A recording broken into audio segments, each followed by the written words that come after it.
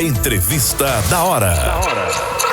Senadora Daniela Ribeiro, já conversamos por muitas vezes aqui nesse programa por telefone, mas essa é a primeira vez que a senhora participa aqui em nosso estúdio. Obrigado por aceitar nosso convite, senadora. Dizer que primeiro cumprimentando todo o povo paraibano, né, que nos acompanha aqui na Hora H, que para mim é muita honra e muita alegria poder finalmente estar aqui, realmente nos estúdios, e agora estúdios, né, um local novo, privilegiado, podendo ver o pôr do sol belíssimo, né, essa cidade aqui, essa cidade todo linda, mundo, né? Que é João Pessoa, nossa capital, e com pessoas tão maravilhosas como vocês, que faz o Alisson, todos vocês, Roberto Agim, Leonardo Abrantes, Albemar Santos, na técnica aí, Marcelo Gomes, vocês todos que fazem esse programa tão importante para Paraíba, né, como diz, juntando em uma hora a notícia... As informações de um dia, né? Exatamente, o dia em uma hora, e antecipando o que vai acontecer no outro dia. Senadora, essa semana foi uma semana muito marcante no Senado Federal, com algumas votações voltadas para a mulher. Dentre elas, uma que chamou muita atenção foi a questão da cirurgia de laqueadura para as mulheres. O que é que foi aprovado lá no Senado Federal? Como é que fica a situação a partir de agora das mulheres que querem fazer esse procedimento? Então, o texto foi aprovado e entre as mudanças que estão postas, né, e a partir de agora foi votado, né, aprovado, dentre elas está a diminuição da idade, né, para que a laqueadura possa ser feita a partir dos 21 anos, e também que a mulher possa ter a liberdade de fazer a laqueadura sem que haja o consentimento do seu companheiro. Então, foram algumas mudanças importantes nessa lei. A senhora acha que essa questão de que a mulher, para poder fazer um procedimento, precisasse da autorização do marido, era um certo bloqueio para a própria mulher, que teria que pedir para que ele pudesse autorizar? Eu vejo assim que, sem dúvida alguma, eu acho que o casal, mais do que ninguém, né, o próprio casal é quem define, quem decide, quem conversa através do diálogo e da boa relação. E principalmente num momento como esse, onde você está tendo o privilégio, né, de dar à luz e poderem ser pais, né, naquele momento, você tem a definição do seu planejamento, é a oportunidade de ter o seu planejamento familiar. E isso acontece naturalmente nas relações, que eu falo, você conversar, consentindo-se de nessa conversa, às vezes um quer, eu quero mais de um filho, a mulher não, o homem quer assim, ou às vezes é o contrário. Mas eu acho que sempre o consenso prevalece entre o casal e ter a oportunidade deles ela própria vai colocar aquilo que foi definido. Isso, na minha visão, nada mais você chancelar a liberdade que a mulher tem de chegar e dizer sim ou não. De repente, vai que, e a gente sabe que existe casos de violência onde realmente a mulher ela pode sofrer tipo de violência emocional, psicológica, onde também pode ser, de repente, ameaçada, sentir ameaçada, está num outro tipo de relação onde, de repente, esteja tentando sair, quem sabe, né? E houve, nessa situação, a chegada de uma criança, né? E, naquele momento, ela decidiu, bom, ali eu não quero mais continuar com isso, não vai ser essa relação, ou não desejo mais, ela poder decidir. Acho que é importante, mas, acima de tudo, não é que nem vai chancelar, dá a liberdade, sim, mas em nenhum momento eu acredito que essa lei ela vem para trazer discórdia, vamos dizer assim, né? Você acha que é um complemento? Eu não vejo como discórdia, trazer discórdia entre os casais. Eu vejo, né, entre os casais, eu vejo como um avanço onde você vai apenas estabelecer aquilo que já é acordado e também, em caso de violência, a mulher poder, obviamente, ter a sua decisão, ela ser respeitada. Senadora, nós estamos no mês de agosto e, tradicionalmente, no calendário da saúde, o mês de outubro ele é dedicado ao combate ao câncer de mama. Essa também foi a pauta muito discutida essa semana no Congresso Nacional, lá no Senado, onde a senhora atua. Quais foram os benefícios que vocês aprovaram, que o Senado aprovou para o combate ao câncer de mama? O Alisson, nós temos, assim, eu fico muito feliz a gente poder, inclusive, estar falando nessa questão pelo aniversário da Lei Maria da Penha. A gente está falando, e o Senado ele tem se voltado muito para a questão da mulher, e isso, mais precisamente, desde a criação da liderança da bancada feminina, onde essas pautas elas foram trazidas como prioridades, não só no período que cabe, o mês de março, como mês que comemora o Dia Internacional da Mulher, bem como o mês, mês ligados à própria questão da violência contra a mulher, onde a gente tem mais um período que, vamos dizer assim, para chamar a atenção, que seja um período mais educativo, né? E mais do que isso, são essas ações, onde você tem votações, onde não só as mulheres, é importante dizer, como os homens também, os senadores, eles também têm contribuição para trazer para os avanços e a defesa das questões da mulher. Então, eu vejo como, nesse avanço, nós como mulheres da bancada feminina, né, ter os nossos espaços e os nossos projetos que são voltados para a mulher, eles priorizados, né, que foi isso que aconteceu e nessa semana o presidente ele sempre chama a atenção para isso. Nós temos uma líder da bancada feminina que participa das decisões de líderes, e nessas decisões de líderes... A bancada feminina que foi instituída nessa legislatura. Exatamente, nessa legislatura. Por isso que eu digo que eu tenho certeza que após essa criação da bancada feminina, da liderança da bancada feminina, nós tivemos, eu diria que foi um marco, antes e o depois. O que é que aconteceu antes e depois? Antes, não se tinha essa força tão grande em termos de respeito às prioridades e às pautas da mulher. E agora nós temos isso. Tanto é assim que, através da liderança da bancada feminina, atualmente exercida pela senadora Elisiane Gama, nós temos os nossos projetos relativos à mulher, eles priorizados. E aí nós temos, vamos dizer, vários projetos e hoje várias leis. E eu vou dar um exemplo de um que, para mim, assim, tem um significado muito importante, que diz respeito à questão da violência política contra a mulher. Né? E essa a senhora já foi vítima relatora da violência política, senadora? Sim, fui vítima e sou ainda. Mas acredito que a gente tem uma diminuição muito forte, principalmente porque hoje, antes nós vivenciávamos isso e não dávamos nome. Não tinha um nome para isso. Ninguém era punido justamente porque não existia uma tipificação. Hoje, nós temos a lei que trata especificamente dessas questões, inclusive com aumento de punição para casos como esse. E ela é sutil. Você tem vários tipos de violência política contra a mulher, desde exclusão da mulher em espaço de poder, em situações onde nós sabemos que a mulher ela teria o seu espaço ali importante, garantido, inclusive nas mesas de discussões, bem como situações que eu posso dizer que não são de menor importância, a gente não pode tratar como pequenas, mas são tão grandes quanto, que é tratar a mulher como se ela estivesse ali, não por sua competência, né, em espaço de poder, mas apenas ou somente por suas, vamos dizer assim, qualidades físicas, que infelizmente isso ainda reina, ainda existe, né, no mundo que a gente vivencia. Mas com a questão dessa nossa lei, nós hoje temos um instrumento para nos defender. E isso aproveitando esse momento que nós estamos, né, que vamos começar a partir agora do dia 16, a campanha eleitoral vai estar mesmo na rua. Então, as mulheres que vivenciam, desde dentro dos partidos políticos, quando pode acontecer de serem muitas vezes excluídas ou terem tido passado por situações como essa, hoje ela tem uma defesa que é essa lei no exercício do seu mandato ou durante o período que traz esse momento de campanha eleitoral. Então, eu acho que isso é um grande avanço. E isso se deu justamente por uma violência política que eu sofri aqui na Paraíba. Levei essa questão para a nossa liderança feminina, bancada, para toda a nossa bancada. A nossa líder, à época, senadora Simone Tebet, trouxe para a discussão, inclusive se posicionou aqui na Paraíba.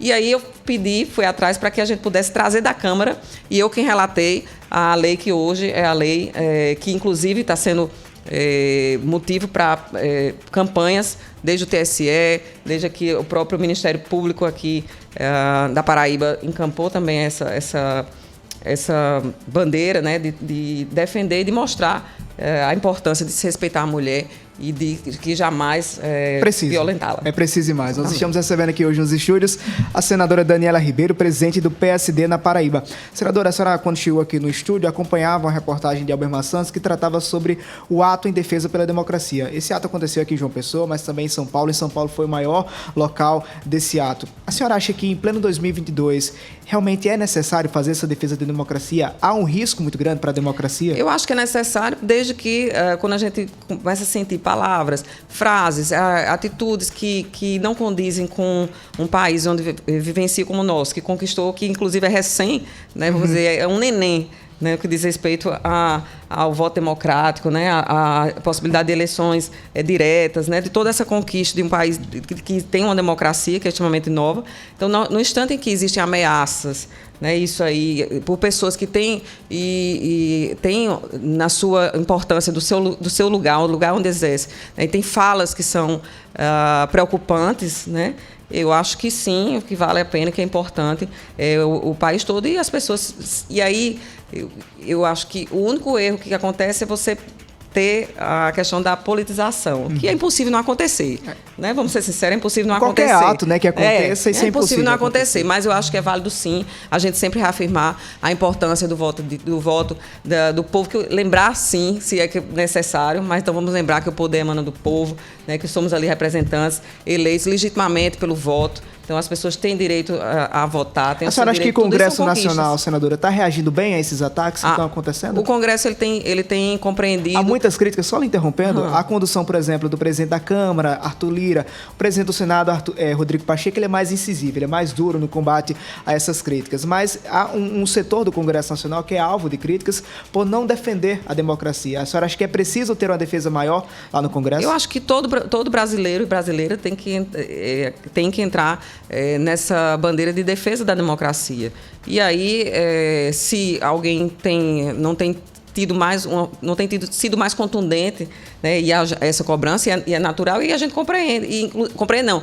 Nós sabemos traduzir isso muito bem. Existe uma aproximação maior por parte do presidente da Câmara dos Deputados com o governo federal e, diferentemente do presidente do Congresso, que tem uma independência maior. Então, nesse sentido, existem esses posicionamentos que aí vai da questão político-partidária. E tudo isso faz parte da democracia que a gente vive. Desde que ela não seja afrontada, acho que cada um escolhe o lado e a forma, né, que deseja atuar, ou seja, mais contundente ou menos contundente. Desde que a nossa democracia ela seja protegida, ela seja respeitada e, acima de tudo, acho que ela tem que ser mesmo reverenciada. 6h34, recebendo aqui nos estúdios hoje a senadora Daniela Ribeiro. Senadora, a senhora citou que a partir da semana que vem começa a campanha eleitoral. E o seu nome sempre ele é muito colocado nas discussões das sucessões que acontecem aqui na Paraíba. Por exemplo, havia uma expectativa que Daniela Ribeiro fosse candidata a governadora. É natural que os senadores que têm 8 anos de mandato, eles se abdiquem da disputa, quer dizer, se licenciem do Senado em algumas oportunidades para disputar o governo do Estado. A senhora preferiu cumprir os 8 anos sem disputar o governo. Ainda tem esse desejo de disputar o governo do Estado futuramente, senadora? Então, Alisson, na realidade, eu acho que a gente não deve ser candidato só por ser, porque cumpriu, como disse bem você, colocou. A maioria faz isso, porque tem ainda metade do mandato, então... A maioria que eu digo assim, algumas garantido, pessoas fazem, né, entre aspas, estou garantido, não tenho medo, então eu posso disputar, porque se ganhar ou se perder, todo mundo já me conhece, já sabe que eu não sou assim. Fui candidata a senadora, abri mão da minha eleição de deputada estadual, não tive ninguém para colocar, dizer, vou aqui colocar alguém para garantir o meu espaço, vai que eu perco. Não, eu não tenho preocupação quanto a isso. Desde que eu seja convocada, né, desde que haja um entendimento da população, do partido, daqueles que formam, né, o arco da aliança, a gente está pronto para a disputa. Óbvio, quem não tem e quem não é o político, que não se sinta privilegiado em ter a oportunidade de governar o seu Estado. Eu acredito que esses que atuam, quem atua e quem gosta da política, quem gosta do povo, pensa, né, em fazer um trabalho, tem sim esse desejo. Então, eu não diria a você, esse desejo ele deixou, ele foi dormir e acabou. Não, de forma alguma. Acho que no nosso Estado, né, a gente quer, no Legislativo, eu posso fazer o trabalho de uma forma, e assim, graças a Deus, temos feito, inclusive, levando muito trabalho para o Estado da Paraíba como um todo, os municípios paraibanos, que é onde acontece, né, a vida acontece. Inclusive, hoje, registrar que o Parque Tecnológico da Paraíba, que fica em Campina Grande, recebeu recursos, inclusive foi pago recursos hoje da minha emenda para o Parque Tecnológico, quase 5 milhões de reais. Então, mostra que é o trabalho que é feito, que a gente está ali no dia a dia. Então, no Legislativo, a gente tem um trabalho. No Executivo, óbvio, que já seria outro desafio. Mas aprovo, eu digo, em primeiro lugar, a Deus, que eu confio minha vida, né, a Ele, que nesse momento eu pudesse contribuir de outra forma. E a forma que a gente pode contribuir está na presidência do partido do PSD. Né? Nós apoiamos o entendimento de que no partido aliado, como progressista, havia uma decisão de participação na chapa majoritária, e continuamos nesse caminho e apoiamos finalmente a entrada e a chapa, né, do atual governador João Azevedo com o vice-governador, candidato a vice-governador, pré-candidato, não sei nem como é que a gente diz ainda. Agora, todo mundo já aqui chegando na candidatura. Já chegando para a gente dizer, pois de 16. Então, Lucas Ribeiro, que está na chapa, e tenho certeza que vai dar uma contribuição, já está dando uma contribuição muito importante ao lado do João Azevedo, que sem sombra de dúvida, eu diria que dentre os candidatos, eu não sendo candidata, é o melhor nome, como não fui candidata, para que eu pudesse haver o apoio do PSD do atual governo João Azevedo. Senadora, durante o seu mandato lá no Senado Federal, a senhora costumava destacar algumas vezes que, apesar de ser não ser aliada de João Azevedo, recebia ele lá no Congresso Nacional, recebia em seu gabinete, mas fazia algumas críticas à gestão de João Azevedo. E não vou deixar de fazer. Como é que foi essa decisão de apoiar João Azevedo, mesmo fazendo as críticas? Como é que tem sido a relação da senhora com João? Então, é importante dizer que recebi, sim, várias vezes o governador, sempre pautas administrativas, nunca política partidária. Acho que ele, diferentemente de outros que não tiveram e nem me receberam quando estavam no governo, para que a gente tratasse de pautas de interesse da Paraíba, e quando receberam, em uma única ocasião, foi perto do período eleitoral, justamente para dar satisfação ao segmento que eu pedia a audiência, né? Então, acho que João, independente disso, ganhou a eleição e esteve lá no meu gabinete pedindo para que fosse colocado recursos no Estado, emendas, e assim o fiz, até porque período eleitoral a gente tem que trabalhar a eleição, eu acredito no meu candidato, você acredita no seu, mas depois disso a gente tem que estar junto e tem que cumprir com a nossa obrigação com o nosso Estado. Votei a favor de empréstimos que foram realizados pelo governo do Estado, também estando em lados políticos opostos ou separados. Não houve nenhuma dificuldade, justamente porque nunca houve ataque pessoal. Fiz minhas críticas, faço minhas críticas, inclusive dizer que muitas delas foram aceitas pelo próprio governador. Isso é um papel de responsabilidade que eu tenho como parlamentar, e a gente pode falar, um exemplo disso é o PCCR, da Polícia Civil. É algo que foi um trabalho que nós realizamos, a gente vinha sempre combatendo, sempre falando, né, da questão da polícia, da importância de se valorizar os policiais, e vinha nesse entendimento pedindo para que fosse feito, fazendo críticas acerca da situação que acontecia, e o governo atendeu. Então eu quero dizer que não retiro nenhuma crítica que fiz, né, anterior, como também, bem como o governador já sabe que vai esperar de mim também sempre críticas construtivas, sabe, o Alisson, porque tem gente que critica por criticar, tem gente que fala para poder aparecer, para poder, eu vou dizer de verdade, para enganar o povo, para querer voto do povo, querer confiança do povo, é assim que acontece. Eu tenho, graças a Deus, estou com um mandato que foi otorgado pelo povo paraibano, com muita confiança, todo mundo sabe como foi na minha eleição, aquela que ninguém, a maioria... A senhora foi a última a entrar politicamente na disputa, não acreditava, né? Exatamente, por ter sido a última, por não ser tão conhecida quanto os outros no estado da Paraíba, mas graças a Deus, com a minha ficha limpa, com a história que tinha política, 11 anos de vida pública, e com a condução, né, do trabalho que fiz em Campina Grande como vereadora, depois como deputada estadual por 2 mandatos. Importante dizer, de um mandato para o outro, houve um crescimento. Tem pessoas hoje que estão candidatas, e se você fizer uma avaliação e que está em casa, e que candidatos, inclusive ao governo, que tiveram uma votação no primeiro mandato e depois caíram metade da votação no segundo mandato. Então, por que isso? As pessoas têm que fazer essa avaliação. No meu caso, graças a Deus, houve sim um crescimento, né, um crescimento em termos de confiança da população, e logo após para me trazer ao Senado Federal. Senadora, quando a senhora assumiu a presença do PSD na Paraíba, a senhora era do PP, mas no mês de abril assumiu a presença do PSD, houve um certo atrito no grupo da senhora lá em Campina Grande com o prefeito Bruno Cunha Lima. Bruno, que continua filiado ao PSD. Passada essa fase, vencidas as convenções, a senhora ainda mantém um diálogo com o Bruno? Quer ter Bruno como aliado? Quer ter Bruno como integrante do PSD? Eu nunca tive nenhum problema acerca de criar confusão, criar o que fosse. O que eu recebi foi um convite do presidente Gilberto Kassab, com muita honra, recebi esse convite. Em Brasília, nós conversávamos, havia uma deficiência aqui no estado da Paraíba em torno do PSD, né, e deficiência que foi externada acerca, primeiro, não havia nenhuma construção para que se pudesse fazer nessa eleição deputados federais, se houvesse uma chapa que fosse competitiva, não havia um trabalho mais contundente, né, com relação aos próprios municípios, né. Isso aconteceu no passado, quando o Rômulo Gouveia foi presidente do PSD. E, diga-se de passar, a justiça seja feita, o Rômulo fez um trabalho muito forte, que é o que hoje tem o PSD. Né? E o que nós agora pretendemos levá-lo para um outro, e vamos levar para um outro patamar, né, o nosso partido. Mas eu não posso fazer nada se isso incomodou alguns. Acho que deveria ter ficado feliz, já que era eu, né, e que estávamos juntos, eu deveria ter alegria por estar chegando, né, para trazer e somar uma senadora chegando ao PSD, né, para somar para o partido aqui no estado da Paraíba. Mas aquele atrito foi superado? A senhora já teve diálogo com o Bruno Cunha Lima depois? Sinceramente, eu não tive nenhum atrito, até porque o que me importava naquele momento e continua me importando é a gente fortalecer o partido. Isso aí foi conversado por ter sido próximo já do período que se encerrava as questões da janela, né? Da janela, exatamente, da janela eleitoral.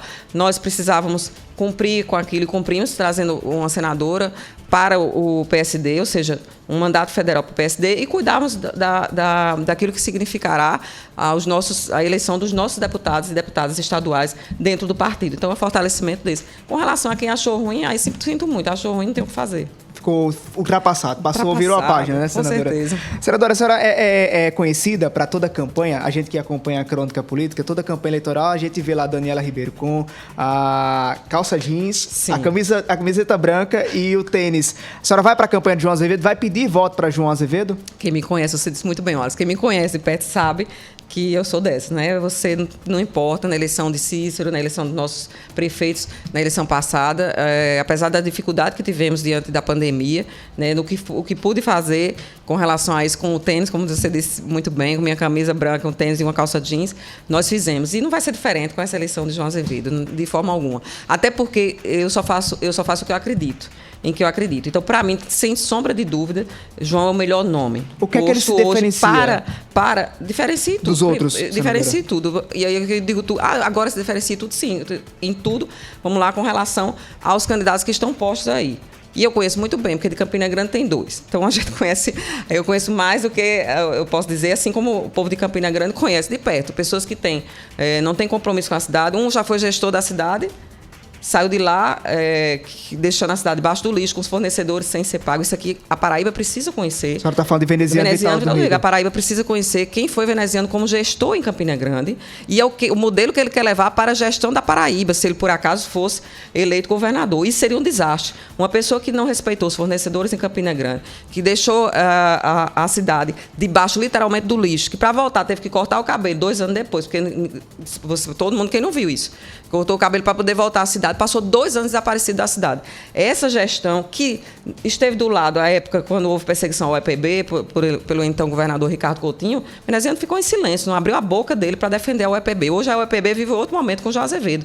E todo mundo sabe disso. Eu vivencio, estou falando por quê? Porque sempre estive muito próximo à Universidade Estadual de Campina Grande e, inclusive, a época quando a gente pedia, quando ela estava sendo sucateada, falta de respeito com relação aos repasses, eu fui uma das vozes que se levantou na Assembleia Legislativa. Tenho tranquilidade, inclusive, porque, como deputado estadual, fui contra completamente a todas as ações que aconteceram sobre a questão da terceirização da saúde das organizações sociais. Fui contra. Hoje, aí você diz... E João Azevedo, hoje você está com João Azevedo, exatamente por isso, porque não houve uma só investigação para João Azevedo, mostrando, inclusive, rompeu logo com o governador Ricardo Coutinho, quando tudo foi à tona. E aí, quem está respondendo não é ele, né? Então, eu acho que isso fica muito claro.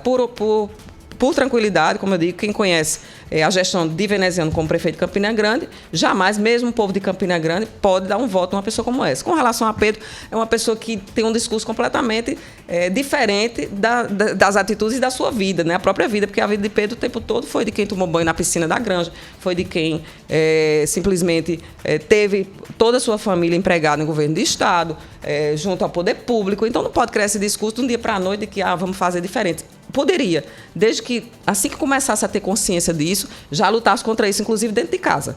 Mas fazer isso agora para o povo, jogando essa fala para a população, e quais são os projetos e propostas, realmente, como se vai realizar? Porque você perguntar, você vai fazer o quê? Alguns, entre eles, se joga algo, mas... como você vai realizar? Pode ver que nos debates, nenhum deles, dos 3 candidatos, inclusive também Nilvan, que aqui quero dizer pessoalmente respeito a todos, mas em termos de projeto de ação, Nilvan conhece muito bem, com todo respeito, um microfone para você estar se reclamando, você está falando do que está certo, do que está errado, mas experiência de gestão e administrativa não tem alguma.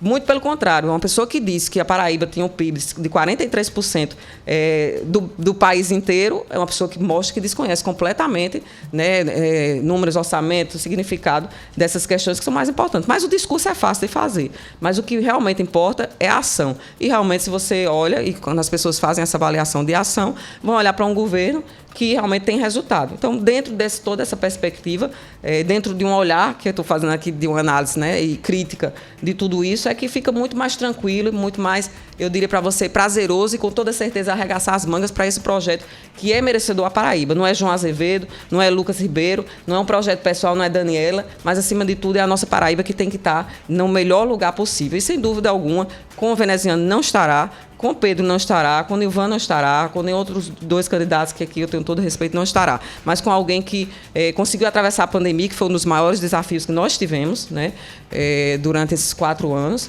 atravessar a pandemia e trazer resultados. Então, hoje está aí várias ações aí, não só com relação à questão da saúde, mas educação, enfim, ações de infraestrutura. E aqui, se a gente for falar, eu vou tomar o microfone até o fim, porque se quiser eu vou falando aqui do que é que tem sido feito, inclusive em Campina Grande. A senhora acha que o governo João Azevedo dá atenção a Campina Grande? Porque há muitas críticas da ala mais ligada ao Grupo Cunha Lima. Rapidinho, senadora, a gente está chegando aqui já na reta final do programa. Há muitas críticas do Grupo Cunha Lima dizendo que o governo do Estado, as gestões dos governos, não tem trabalho em Campina Grande. Falando de Ricardo Coutinho e também de João Azevedo, que são as últimas gestões que estão à frente do Palácio da Redenção. A senhora acha que João tem o que ofertar a Campina Grande, sua terra? Não tem dúvida alguma. E aqui, assim, é importante dizer que além dele ter trabalho em Campina Grande, e aí a gente está falando, você está dizendo que tem trabalho? Sim.